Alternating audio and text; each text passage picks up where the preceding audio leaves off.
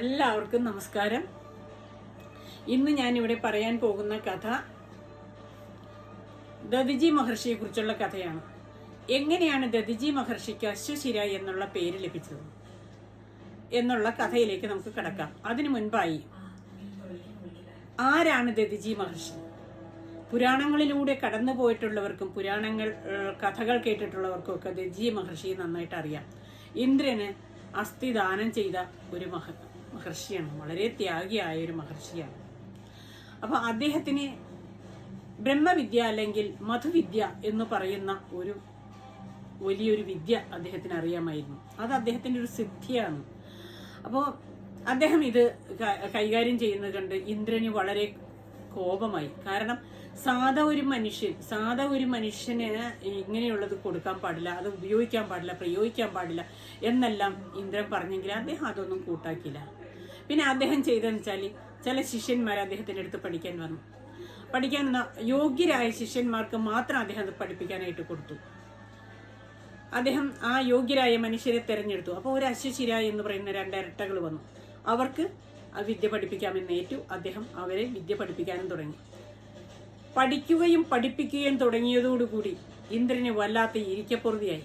അദ്ദേഹം അത് സഹിച്ചില്ല. അദ്ദേഹം ഉടനെ ഇവര് പഠിത്തം തുടങ്ങി കുറച്ച് നാൾ കഴിഞ്ഞതിന് ശേഷം ഇന്ദ്രൻ അവിടെ നിന്ന് വന്നു. ഇവിടെ നോക്കുമ്പോൾ, ദധിജി മഹർഷിയെ നോക്കുമ്പോൾ, കുതിരയുടെ തലയുള്ള ഒരു മഹർഷി. അദ്ദേഹം വളരെ കോപാകുലനായിട്ട് അദ്ദേഹത്തിന്റെ തലയങ്ങ് വെട്ടിക്കളഞ്ഞു. ശിഷ്യന്മാര് ഭയന്ന് ഒരു സ്ഥലത്ത് ഒളിച്ച്. ഇന്ദ്രൻ അദ്ദേഹത്തിന്റെ ദധിജി മഹർഷിയോട് തല വെട്ടിക്കളഞ്ഞിട്ട് ഇന്ദ്രൻ പോവുകയും ചെയ്തു. പക്ഷെ അവിടെ സംഭവിച്ചെന്താന്ന് വെച്ചാല്, ഇവര് തല വെട്ടിക്കളഞ്ഞ് തല മാറ്റി വെച്ച് ആ വിദ്യ പഠിക്കുകയായിരുന്നു. ഈ മധുവിദ്യ അല്ലെങ്കിൽ ബ്രഹ്മവിദ്യയിൽ പല വിഭാഗങ്ങളുണ്ട്.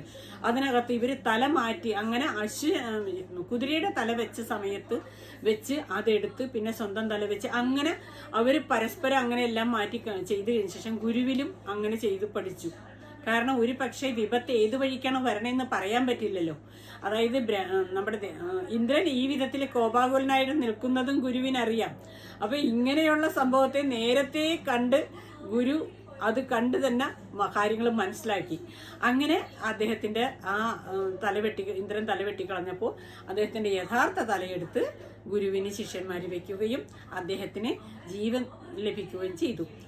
പിന്നീട് അദ്ദേഹത്തിന് അതിനൊക്കെ ശേഷമാണ് അദ്ദേഹത്തിന് അസ്ഥിദാനം ചെയ്തത്. ഇന്ദ്രനെ അസ്ഥിദാനം ചെയ്തത്. ആ സമയത്ത് ഈ പ്രാവശ്യം തല വെട്ടിക്കളഞ്ഞതിനൊക്കെ മാപ്പ് ചോദിച്ച്, സമസ്താപരാധം ചോദിച്ച്, കാല് പിടിച്ച് ഒത്തിരി ഇതായിട്ട് ശേഷമാണ് അദ്ദേഹം അസ്ഥിദാനം ചെയ്യാൻ തയ്യാറായത് എന്നുള്ള കഥകളൊക്കെ എല്ലാവർക്കും അറിയാം.